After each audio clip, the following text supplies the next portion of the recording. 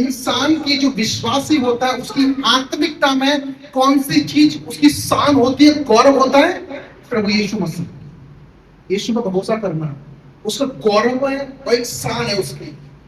लेकिन आप देखोगे कि जब आप फिजिकल में आते हैं, एक विश्वासी की जो शान है वो आत्मिकता जो प्रभु यीशु मसीह है। लेकिन जब फिजिकल में आते हैं तो फिजिकल में कौन सी चीज है एक विश्वासी की शान?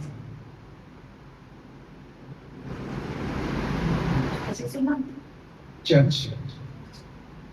आप सुनना इस बात को, एक इंसान के अंदर, एक विश्वासी के अंदर जो शान है वो प्रभु यीशु मसीह पर विश्वास करना होता है। उसकी आध्यात्मिक ग्रोथ होती है और परमेश्वर उस विश्वास के द्वारा प्रभु यीशु मसीह उस व्यक्ति को हील रखते हैं, उसको कामयाबी देते हैं आत्मिकता में। कहते हैं फिजिकली, मेंटली, स्पिरिचुअली परमेश्वर आपको स्ट्रॉन्ग करे। लेकिन एक क्या कहते हैं, फिजिकल में जो इंसान की, एक विश्वासी की जो शान है वो है चर्च। यदि वो चर्च में, उसका चर्च रहना, चर्च में आना, चर्च को देखना, यदि उसका चर्च उजड़ा पड़ा हो तो सोचो उसकी शान को कितना नुकसान होगा जो फिजिकल में होगा। हालेलुया।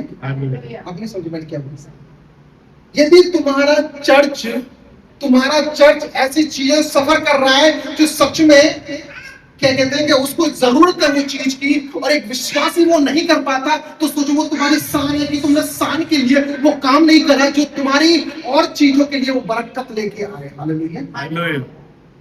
तुमको धन्यवाद है कि तुम लोगों ने चर्च के लिए एक एक चीज करी, इसलिए धन्यवाद करता हूं। हालेलुया। बैठे बैठे एक चीज बात आ रही थी, मैं नीति वचन आज ही पढ़ रहा था, इसमें लिखा हुआ था जो व्यक्ति दया करता है, सुनना इस बारे में, जो व्यक्ति दया करता है आशीषें फलती है। मैंने पूछा था तो फलने का मतलब क्या है, तो उन्होंने बताया मल्टीप्लाई होना, यानी उगना, यानी ज्यादा बढ़ना। आपको लगता है कि मेरी आशीष छोटी है, लेकिन जब तुम दया दिखाते हो तो तुम्हारी दया के कारण प्रभु यीशु मसीह क्या करते हैं, उस आशीष को तुम्हारे जीवन में फैलाते रहते हैं। हालेलुया। लेकिन एक रोल है विश्वासी जीवन में, कौन सा रोल? एक आध्यात्मिक, एक विश्वासी के आध्यात्मिक में जो शान है वो प्रभु यीशु मसीह है, लेकिन फिजिकल में जो उसकी शान है वो उसका चर्च है। यदि चर्च वो सफर कर रहा है किसी चीज से, चर्च एक उजड़ा पड़ा हुआ चर्च है उसका, यानी जो जिस चर्च में जाता है उसका चर्च सफर कर रहा है किसी पैसों की वजह से या किसी और चीज की वजह से, तो वो शान जो विश्वासी की शान है, तो सोचो उसकी फिजिकली की वो चीजें कैसे पूरी होंगी जो वो चाहिए उसको। हालेलुया। लेकिन नीति वचन इस बात को बताता है कि तुम दया करोगे तो तुम्हारी आशीष फलेंगी, लेकिन आशीष सबसे पहले आध्यात्मिक आती है विश्वासी के जीवन में, तब उसके बाद फिजिकली उसके वो क्या करते हैं फिजिकली उसके बाद में आना स्टार्ट होता है। फिजिकली कैसा आना होता है कि एक व्यक्ति जाएगा चर्च में, चर्च में वचन सुनेगा, प्रार्थना करवाएगा, तब उसके ऊपर कहता है आशीष में वो दया उसके ऊपर उतरती है। तब वो समझेगा कि मैं बाहर जाऊंगा तो परमेश्वर प्रार्थना करके जाऊंगा, क्योंकि चर्च में ये बात हो रही है कैसे कि तुम जाओ, तुम घर में अपने प्रार्थना जरूर करनी है, आपको वचन पढ़ने, आपको उपवास रखने, क्यों चर्च में बताया गया आपको, और तुमने क्या करा, बाइबल स्टडी करो, बाइबल स्टडी के जरिए आपका उस जो शांति, उस गौरव को आपने अंदर आपने बढ़ाना स्टार्ट कर दिया। हालेलुया। और वो दया आपके जीवन में फलने लगी। हालेलुया। सुनो एक बात को, मैंने लास्ट प्रचार मेरा क्या था आप जानते हो? लास्ट संडे मेरा प्रचार क्या था? दानियेल के ऊपर प्रचार था। एक राजा नबूकदनेस्सर, उसके ऊपर आज्ञा निकली कि परमेश्वर तुझे उजाड़ने वाला है, लेकिन दानियेल की सलाह उसने मानी। कितने महीना तक? 11 महीना 15 दिन तक कुछ उसने सलाह मानी कि तू गरीबों पर दया कर, लोगों पर दया कर, तब तेरा राज्य बना रहेगा। तो बिलीव करना, उस दया के कारण जो दानियेल ने उसको दी थी, उस दया के अनुसार परमेश्वर ने उसके राज्य को उखाड़ा नहीं। यही प्रचार था ना? हालेलुया। अब सुनो मैं क्या कह रहा हूं, यही प्रचार था ना? यस। दानियेल ने सलाह दी कि हे राजा, यदि तू दीनहीनों पर, जो इस्राएली लोगों को बंदियों में तू लेके आया है, उन लोगों को तू अच्छे से खाना देगा, उन लोगों की परवरिश करेगा, तू उन पर दया दिखाएगा, तो परमेश्वर तेरे राज्य को क्या कहते हैं, एस्टैब्लिश करेगा। यदि तूने दया नहीं दिखाई तो परमेश्वर क्या करेगा, 7 काल तेरे ऊपर कैसे बीतेंगे, वो जंगली जानवरों की तरह तू 7 काल तक रहेगा, और ये फल तुझे क्या कहते हैं, ये तेरे ऊपर घट जाएगा। लेकिन दानियेल को उसने 11 मंथ 15 दिन तक उसने क्या कर दी, उसने उस वचन को मानना स्टार्ट कर दिया, और परमेश्वर ने उसी वचन के द्वारा जो दानियेल ने उसको दिए थे, और परमेश्वर ने उसका कहते मुसीबत को उसके ऊपर टाल के थामे रखा, उसके ऊपर आए नहीं।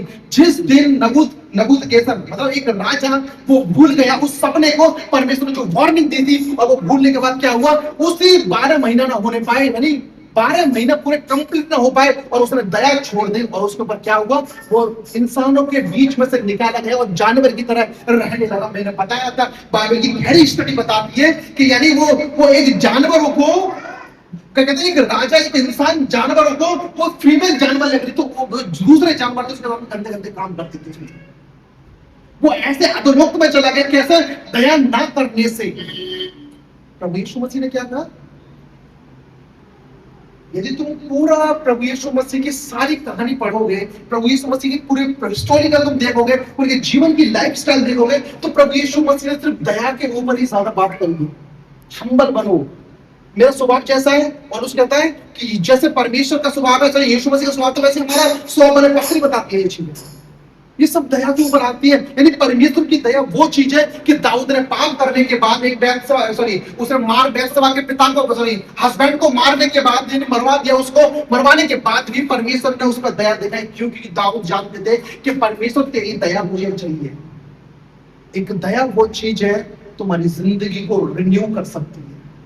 तुम्हारी जिंदगी भले ही तुम्हारी गुजर रही सही, एक राजा नबूकदनेस्सर राजा, उसको बताया गया, गहरी स्टडी बताती है बाइबल की कि नबूकदनेस्सर राजा वो अधोलोक के सबसे नीचे लोक में चला गया था। 7 साल तक उसको क्या कहता है, वो ऐसी जगह चला गया था। सोचो परमेश्वर जब उसने क्या करा, जब उसने मन फिराया तो परमेश्वर की बढ़ाई दी, तब वो अच्छे काम करने लगा, तो परमेश्वर ने राज्य को स्थिर कर दिया उसकी।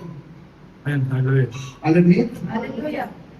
एक इंसान की जो शान है, सुनना इस बात को, प्रभु यीशु मसीह पर भरोसा करना होता है। उसकी शान, उसका गौरव, उसका एटीट्यूड, उसका घमंड सिर्फ प्रभु यीशु मसीह पर विश्वास करना होता है उसको। लेकिन फिजिकल में देखिए, ये तो आत्मिकता है, ये एक आध्यात्मिकता होगी। तुम्हारी शान कौन सी है, प्रभु यीशु मसीह तुम्हारी आत्मा को टच नहीं कर पाएगा। यदि तुम्हारी स्ट्रॉन्ग जो बॉडी तुम्हारी स्ट्रॉन्ग है, तो आत्मा में तुम्हारी स्ट्रॉन्ग रहेगी। यदि तुम्हारी बॉडी तुम्हारी वीक है, तो तुम्हारी आध्यात्मिकता वीक रहेगी तुम्हारी। इसलिए आगे बोला क्या, कि यदि तुम्हारी शान आत्मिकता में प्रभु यीशु मसीह है, तो तुम्हारा फिजिकल में तुम्हारी शान, तुम्हारा चर्च होना चाहिए। आमीन। आगे परमेश्वर वचन इस प्रकार कहता है कि जो भी व्यक्ति दया के साथ में रहता है, और एक बात ध्यान रखना, जब आप अपने जीवन को चर्च के लिए, प्रभु के काम के लिए सौंपते हैं, वफादारी से रहते हैं, लीव करो, परमेश्वर वो काम कर जाएंगे आपकी जिंदगी में, आपको पता भी ना होगी। एक बात ध्यान रखो, तुम्हारा रास्ता सिर्फ प्रभु यीशु मसीह। नहीं समझे मैंने क्या बोला? मैंने बोला तुम्हारा रास्ता, तुम्हें लगता है मेरा कर्ज खत्म नहीं हो रहा, तुम्हारा रास्ता प्रभु यीशु मसीह है। तुम्हें लगता है मेरी बीमारी खत्म नहीं हो रही, तुम्हारा रास्ता प्रभु यीशु मसीह है। तुम्हें लगता है कि मैं आगे नहीं बढ़ रहा, तुम्हारा रास्ता प्रभु यीशु मसीह है। तुम्हें लगता है कि मेरे घर में बेचैनी हो रही है, तुम्हारा रास्ता प्रभु यीशु मसीह है। तुम्हारा रास्ता प्रभु में छुपा हुआ है। हालेलुया।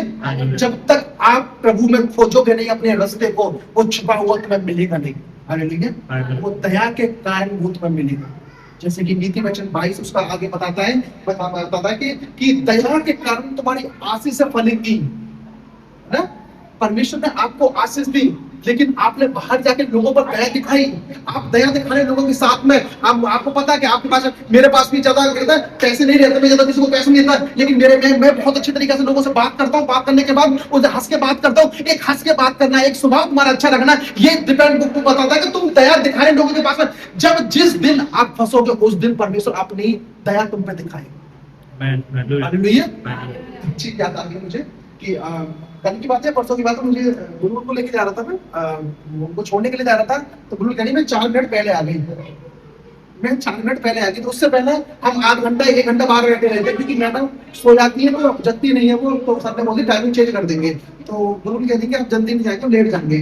तो मैंने बोला कि नहीं, हम 4 मिनट पहले चल रहा है। तो गुरु ने एक बात बोली, सही बात है, हम पहले जाएंगे तो सर का फेवर पाएंगे। एक इंसान का फेवर सिर्फ ओनली, हमें काम दिया, हम काम कर रहे हैं, हम 8 बजे बैंक में जाते नहीं हमें, तो हम उसका फेवर पाएंगे। तो एक सोच के देखो, जब हम इंसान का फेवर चाहने के लिए इतना कुछ कर सकते हैं, तो खुदा का जो फेवर आपको चाहिए, जिस चीज में आपको निकालना होगा, तो क्या उसका तुम्हें फेवर नहीं चाहिए? बहुत फेवर चाहिए आपको। मैं ये उसने इसलिए नहीं कहा कि क्या कहते हैं कि कोई व्यक्ति लेट आता है उसके बारे में वो बोल रहा, नहीं, मेरे को पहले से मुझे बोलना था मुझे कि देखो प्रभु, मैं छोटी छोटी चीजों प्रभु की बहुत बहुत वो चीजें गिनता हूँ मैं, हालेलुया। मैं बहुत सारी चीजें गिनता हूँ कि प्रभु ने बहुत अच्छी आशीष ठहराई है, हालेलुया। तो यहाँ पर इसमें क्या बताया है, तुम्हारा रास्ता प्रभु में छिपा हुआ है। एक बात ध्यान रखना विश्वासियों, जब तुम्हारी शान आत्मिकता में प्रभु यीशु मसीह है, तुम्हारे फिजिकल में तुम्हारा चर्च शान, तो लेकिन तुम्हारा जो रास्ता छिपा हुआ है वो दया के साथ में वो कहाँ मिलेगा, वो प्रभु यीशु मसीह में मिलेगा। और प्रभु यीशु मसीह में वो रास्ता छिपा है। यदि आप चाहते हैं अपनी लाइफ को आगे बढ़ना, आप चाहते हैं कि सच में मैं सफर कर रहा हूँ आने वाले समय में कि प्रभु के तेरे साथ वफादार रहूंगा, मैं 3 साल तक परेशान, पैसा नहीं थे, पैसा नहीं था हमारे पास में, बहुत कुछ सब कुछ था हमारे पास में, लेकिन 3 साल चर्च लगे हुए थे, हम 3 साल चुपचाप बैठे रहे थे कि प्रभु तू हमें बेस्ट चीज देगा। लेकिन कुछ लोग कह रहे थे तू जॉब कर ले, ऐसी जॉब कर ले कि गार्ड की जॉब कर रहे हैं, लोगों को पता भी नहीं है कि मैं रात में प्रार्थना करूं, ऑल नाइट प्रार्थना कर रहा हूं मैं, लेकिन घर वाले या फिर बाहर वाले लोग कहते हैं कि तू रात में तो जगता ही है, तू गार्ड की नौकरी कर ले। लेकिन मैं बोलता था यार इनको ये पता नहीं है कि मैं रात में प्रार्थना कर रहा हूं, लेकिन लोग क्या लग रहा है रात में सिर्फ जग रहा है बस खाली है। लोग कहते हैं कि नहीं गार्ड की नौकरी कर ले, लेकिन परमेश्वर को टाइम से बेस्ट टाइम आज परमेश्वर ने जो अच्छा जो उत्तम जो दिया है वो मुझे लगता है उन लोगों से ज्यादा दिया है जो पहले लोग मेरे से कहते थे। हालेलुया। आप बिलीव करो, आप परमेश्वर के साथ वफादार रहो, चुपचाप रहो, परमेश्वर आपके लिए वो काम करता है, आपको नहीं पता। मैं दोबारा कह रहा हूं, प्रभु में तुम्हारा रास्ता छिपा हुआ है, ढूंढो उसको, जाओ और बाइबल पढ़ो, जाओ और प्रार्थना करो, घुटने टेको। बिगर बाइबल पढ़े, बिगर घुटने टेक के आप अपने उस रास्तों को, उस हल को ढूंढ नहीं सकते। आमीन। हालेलुया। तो परमेश्वर का जो वचन आगे बताता है कि यदि ये रास्ता छुप कैसे जाता है, सुनना इस बात को, अगर परमेश्वर के लोगों में पाप पाया जाता है तो उन्हें परमेश्वर छोड़ देता है। सुनना इस बात को, यदि तुम्हारा परमेश्वर में रास्ता है और रास्ता छुप गया है और तुम्हें ढूंढने की जरूरत है, लेकिन छुपा क्यों है, सुनना इस बात को, परमेश्वर के लोगों में यदि पाप पाया जाता है तो वो रास्ता उन्हें कभी नहीं मिलेगा जो उन्हें चाहिए। आगे कहता है उनके पाप उसे सबसे ज्यादा गुस्सा दिलाते हैं परमेश्वर को। लोगों के पाप, जो विश्वासी लोग जो पाप कर जाते हैं, जो अधर्म कर जाते हैं, परमेश्वर को ज्यादा रिस्क दिलाते हैं, और ये रिस्क दिलाने के बाद परमेश्वर उस रास्ते को तुम्हें कभी तक नहीं पहुंचाएगा जहां से क्या कहता है तुम्हारी मंजिल वहां पहुंच रही है। हालेलुया। पाप एक ऐसी चीज है, कहते हैं बाइबल बताती है कि पाप से भरे हुए व्यक्ति का मार्ग हमेशा टेढ़ा होता है।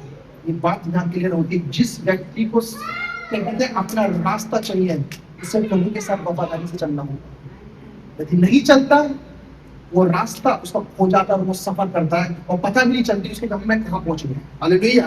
कैसे कहता है, आदि कहता है कि गुस्सा गुस्सा दिलाते हैं क्योंकि वह सबसे ज्यादा बदनाम करने वाले लोग होते हैं। क्योंकि परमेश्वर में जो विश्वासी आए हुए लोग हैं, यदि वही परमेश्वर से भटक जाए, यदि वही पाप करने लगे एक विश्वासी के सामने, यदि अभी बिल्कुल और हम कुछ बात कर रहे थे, इस बात को सुनना, इस बात को कि एक विश्वासी ही अविश्वासी के सामने गलत और गंदे काम करे तो अविश्वासी का क्या कहते हैं विश्वास में आना कितना कठिन होगा। यदि कोई व्यक्ति, सुनना इस बात को, दोबारा बोलता हूं, परमेश्वर के लोगों में पाप पाया जाता है तो वह परमेश्वर उन्हें छोड़ देते हैं। क्योंकि रोमियो की पत्री बताती है, मैंने तुम्हें तुम्हारे हठीले मन में छोड़ दिया क्योंकि तुम में पाप पाया गया था, तुमने मेरा विश्वास नहीं किया, तुमने वो काम करे जो गलत काम थे। आगे बताता परमेश्वर कहता है, परमेश्वर कहता है उसके पाप उन्हें गुस्सा दिलाते हैं और वे सबसे ज्यादा बदनामी करने वाले होते हैं। और उसी के कारण जो पूरी विश्वासी फैमिली थी, सिर्फ एक लड़की के उसमें, तो सोचो वहां पर जितने भी लोग अविश्वासी थे क्या सोच रहे होंगे उन विश्वासी के बारे में कि इन्होंने अपने खुद के कपड़े मारे और अपने भाई को मारा और क्या कहते हैं, और उस लड़की को एक्सेप्ट नहीं करने। हालेलुया। बदनामी करने वालों से परमेश्वर बहुत खिलाफ होता है। और आज भी वो दिन है, मैं उनको जैसा था वैसे ही छोड़ के आया हूं। जो पहले थे वो आज भी वैसे ही, वो कभी चेंज ना हुए। उनकी लाइफ पूरी ऐसी है कि अविश्वासी भी ज्यादा होता है। हालेलुया। हालेलुया। वचन क्या कहता है कि तुम्हारा रास्ता प्रभु में छुपा हुआ है, ढूंढना चाहते हो, जाओ बाइबल पढ़ो, ढूंढना चाहते हो, जाओ घुटने टेको।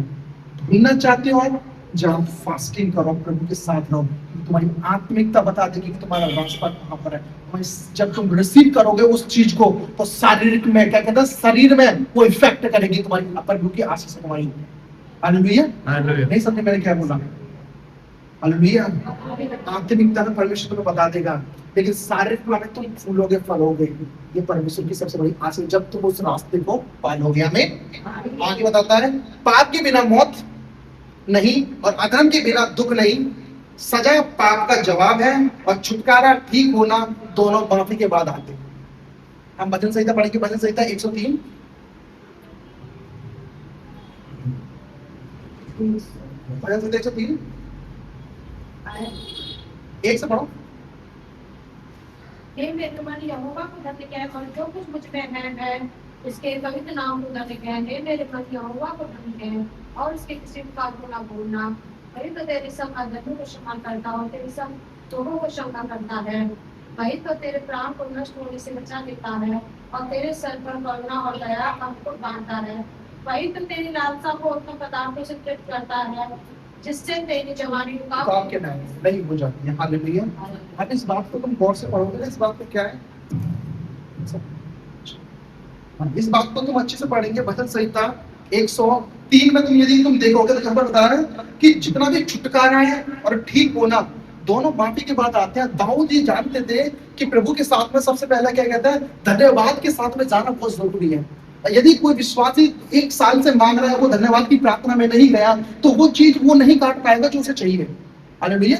यहाँ पर तुम गौर से पढ़ोगे, यहाँ पर बताया गया है, हे मेरे मन यहोवा को धन्य कह और जो कुछ मुझ में है उसके पवित्र नाम को धन्य कह। हे मेरे मन यहोवा को धन्य कह, उसके किसी भी उपकार को मत भूलना। यहाँ पर दाऊद क्या कर रहे हैं, धन्यवाद दे रहे हैं। किसको? कि परमेश्वर को धन्यवाद दे रहे हैं। यदि तुम नीचे पढ़ोगे तो उसमें सब लिखा हुआ, तुम्हारे अधर्म को क्षमा करेगा और तुम्हें क्या कहते हैं, तुम्हारे पाप को क्षमा करेगा और तुम्हें नष्ट होने से बचा लेगा परमेश्वर। फिर उसके बाद 5वीं बात बोलता है कि तुम्हें क्या कहते हैं, 5वीं बात बोलता है, वही तो तेरी लालसा को तब पदार्थ से तृप्त करता है और तेरी जवानी को पाप के समान नहीं कर देता। हालेलुया। यहाँ पर ये बहुत बात अच्छी बात दी गई है दाऊद की, कि जो व्यक्ति धन्यवाद के साथ में प्रभु के साथ वफादार नहीं है, वो कभी भी वो अपनी क्या कहते हैं, वो लालसा उत्तम तरीके से पा नहीं सकेगा जो उसे चाहिए। जब मैं इसको पढ़ रहा था, इसमें देखने में आई कि 2 लाइन पूरी धन्यवाद की दी थी कि दाऊद अपने धन्यवाद का वचन दे रहे हैं कि धन्यवाद देना बहुत जरूरी है। इसलिए कहते हैं कि जब तुम फास्टिंग रख रहे हो 1 हफ्ते की, तो कम से कम उसमें 3 दिन कम से कम धन्यवाद होना चाहिए। उसके बाद तुम मांगो, परमेश्वर तुम्हारी उस फास्टिंग में जो धन्यवाद होगी, जो छठा दिन तुम प्रभु के सामने जाओगे, वो तुम रिजल्ट लेके आओगे। आमीन। हालेलुया।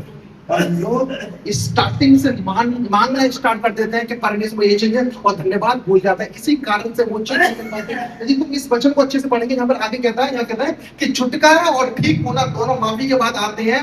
एक बीमार इंसान तब तक बीमार से ठीक नहीं होता जब तक उसके सारे पाप माफ नहीं हो जाते। और जैसे कि कहा गया भजन संहिता 3 में लिखा हुआ है कि वही तो तेरे सब अधर्मों को क्षमा करता है और तेरे सब रोगों को चंगा करता है। आगे कहता है कि सारे गुनाह माफ करता है और वह तुम्हारी सारी बीमारियों को ठीक कर देता है। और ये किससे आता है? सबसे पहले आता है कि तुम परमेश्वर के साथ में धन्यवाद के साथ में जाओ। और धन्यवाद ही एक ऐसा गुण है जो परमेश्वर से आपको, वो तुम्हारे गुनाहों को माफ करने की ताकत रखता है। वो दया एक ऐसी चीज है जो आपको क्या कहता है, वो तुम्हारी आशीष को फलवंत करती है। हर एक चीज का मतलब है धन्यवाद। हम सिंपली धन्यवाद देते हैं। धन्यवाद कई प्रकार के होते हैं, जो जैसे आप चाहते हो घुटने में टेक के धन्यवाद दो। मैंने पहले भी बताया था कि जो व्यक्ति परमेश्वर के साथ मन से जुड़ा हुआ है, भले ही वो गाड़ी चला रहा सही, भले ही वो ऑफिस में सही, भले ही वो कहीं पर भी सही, लेकिन वो मन से जुड़ा हुआ, वो धन्यवाद हर साथ में देता है, तो परमेश्वर की सेवकाई वहां से भी कर रहा है वो। यदि कुछ व्यक्ति ऐसे होते हैं सिर्फ धन्यवाद सिर्फ चर्च में देंगे या फिर अपने उसमें दे देंगे, उसके बाद अपने उनकी लाइफ जैसे पहले थी वैसी ही रहती है। वो परमेश्वर को होता है कि मुंह से तो मेरा आदर करते हैं लेकिन दिल उनसे मेरा दूर है, उनका दिल मेरे से दूर है। हालेलुया। तो यहाँ पर बताया गया है कि जो व्यक्ति क्या कहते हैं, जो व्यक्ति यानी जो कहते हैं जो बीमारी और क्या कहते हैं बीमारी ठीक होना, ये सब माफी के बाद आती है। यानी एक व्यक्ति को पता है कि ये धन्यवाद एक ऐसी चीज है कि तुम्हारी जिंदगी को रिन्यू करती है दोबारा। आपको लगता है कि बीमारी हुई है, बीमारी का मतलब ये है कि परमेश्वर ने आप पर दया करी है, वो दया करने के लिए चाह रहा है कि आपको माफी मांगनी पड़ेगी। माफी मांगने के बाद उसको आप मेंटेनेंस रखो उस माफी को, परमेश्वर उस माफी के साथ, बीमारी के साथ में आपको वो बड़ा गिफ्ट देगा जो परमेश्वर ने आपके लिए सोच रखी। कौन सा गिफ्ट? वो तेरी जवानी को उकाब के समान बढ़ाएगा, यानी कि तुम फूलोगे फलोगे, तुम्हारे बच्चे फलवंत होंगे। कुछ लोग ऐसे होते हैं जो उनके क्या कहते हैं, मेरे माइंड में चलते हैं, उनके लोग, उनके पेरेंट्स कुछ और कर जाते हैं, उनके बच्चे फिर क्या कहते हैं, वो भुगतना पड़ता है उनको। क्यों? क्योंकि वो धन्यवाद ही परमेश्वर की वफादारी ना रह पाए, इसलिए वो कर्ज उनके ऊपर पड़ गया। हालेलुया। मैंने एक चीज बताई थी, मैंने थी तुम्हारा रास्ता प्रभु में छिपा हुआ है। ये दाऊद जानते थे, इसे निकालने के लिए दाऊद पहले प्रभु के साथ में, जब जब दाऊद लड़ाई में गए, सुनना इस बात को, जब जब दाऊद लड़ाई में गए, अपनी स्त्रियों से 3 दिन तक उनको छूते नहीं थे। उनको पता था कि मैं शुद्ध तरीके से मैं उनको धन्यवाद दूंगा। और वो दाऊद बाइबल बताते 66 लड़ाई लड़े और एक भी लड़ाई ना जीते। सिर्फ एक ही रीजन था दाऊद का, और कोई दूसरा रीजन नहीं था, कि वो अपनी क्या कहते हैं, वो अपनी 3 दिन तक अपनी पवित्र प्रजा को पवित्र करते थे, कि बोलते थे कि अपनी स्त्रियों से दूर रहो, तब तुम लड़ाई में जाने पाओगे। तुम्हारी भी तैयारी कुछ ऐसी होनी चाहिए जब प्रभु के चर्च में आओ। थर्सडे मजाक सब बंद कर दो। आप कर दो सब कुछ ऐसी चीजें जो कि आपको डिस्टर्ब करते हैं। जाओ धन्यवाद की प्रार्थना में धन्यवाद, और संडे जाओ और लेके आओ वो रिजल्ट जो परमेश्वर ने आपको दिए 5 ही वर्ष में। वो तुम्हारी जवानी को उका के नहीं, यानी तुम्हें लगता है कि मैं वीक हो रहा हूँ अंदर से, तुम्हें लगता है कि मुझे बीमारी खा रही है, तुम्हें लगता है कि मुझे कर्ज खा रहा है, तुम्हें लगता है कि मुझे मुसीबतें खा रही है, मुझे बाहर का डर सता रहा है। परमेश्वर वचन कहता है जो व्यक्ति धन्यवाद की प्रार्थना में बना रहता है तो परमेश्वर की दया उसके ऊपर उतरती है। पहले तो उसकी क्या कहते हैं, आशीष फलती है। सेकेंड उसका क्या होता है कि वो उत्तम वो नया बल प्राप्त कर लेता है वो व्यक्ति। अब हालेलुया। जब तक वो नया बल प्राप्त नहीं करेगा तब तक वो धन्यवाद की प्रार्थना में नेक्स्ट में जाएगा नहीं। हालेलुया। आगे बताता है, आगे परमेश्वर से कहता है, आगे कहता है, और हमनुनान ने कहा, यानी ये रब्बी है तो बाइबल कह रही है, बताते हैं ऐसा इंसान अपनी जवानी के दिन वापस ला सकता है, जैसे कि कहा गया है अय्यूब 33 उसका 25 में, उसका शरीर फिर से अपनी जवानी जैसे भर जाता है और वह अपने बचपन के दिनों में लौट आता है। हालेलुया। कैसे? कि जो प्रभु के साथ में धन्यवाद के साथ में लगे रहते हैं। हालेलुया। एक अनाउंस करना चाहता हूँ, सुनना इस बात को। 21 दिन हमारे पूरे हो चुके थे। 14 तारीख को होता ना, 15 तारीख को ना, 15 तारीख को हमारे 21 दिन पूरे हो गए थे फास्टिंग के। आपको लगता है नेक्स्ट मंथ में 21 दिन फास्टिंग जाना, तो आप रखिए। मंथ में पूरे में कंटिन्यू नहीं, पूरे मंथ में 21 रख सकते हो आप रखो, आगे नहीं रख सकते कोई बात नहीं, लेकिन धन्यवाद की प्रार्थना में जाना। हालेलुया। आपको अपनी आंखों से रिजल्ट दोगे जो परमेश्वर ने आपके लिए ठहराया है। आप कहते रहो कि प्रभु में तुम्हारा रास्ता छिपा हुआ है, तुम्हारी ब्लेसिंग्स छुपी हुई है, तुम्हारा सम्मान छुपा हुआ है, तुम्हारा गौरव छुपा हुआ है, लेकिन तुम्हें ढूंढना पड़ेगा बाइबल के द्वारा, ढूंढना पड़ेगा, तुम्हें जरूरत पड़ेगी घुटने टेकने की, अब ढूंढना पड़ेगा आपको फास्टिंग रखने से। जब तक नहीं मिलता तब तक आप ढूंढो। हालेलुया। यहाँ पर दोबारा पढ़ता हूँ, इसलिए कहता है, हे मेरे मन यहोवा को धन्य किया और जो कुछ मुझ में है वह उसके पवित्र नाम को धन्य किया है, और मेरे सारे हे मेरे मन यहोवा को धन्य किया और उसकी किसी उपकार को ना भूलना। वही तो तेरे सब अधर्म को क्षमा करता है और तेरे सब रोगों को चंगा करता है। वही तो तेरे प्राणों को नष्ट होने से बचा लेता है, तेरे सिर पर करुणा दया का मुकुट बांधता है। वही तो तेरी लालसा को उत्तम पदार्थ से तरफ करता है और तेरी जवानी पाप के समान नहीं बनाता है। हालेलुया। वो तुम्हें स्ट्रॉन्ग बनाएगा यदि आप अपना रास्ता खोजते हो। वो तुम्हें बलवंत बनाएगा, तुम रास्ता खोजने में लग जाओ। तुम्हें वो आशीष देगा, आशीष तुम्हारे पीछे है, बस देखने की जरूरत है, बस पीछे देखने की जरूरत है, परमेश्वर आपको आशीष। प्रार्थना करते हैं।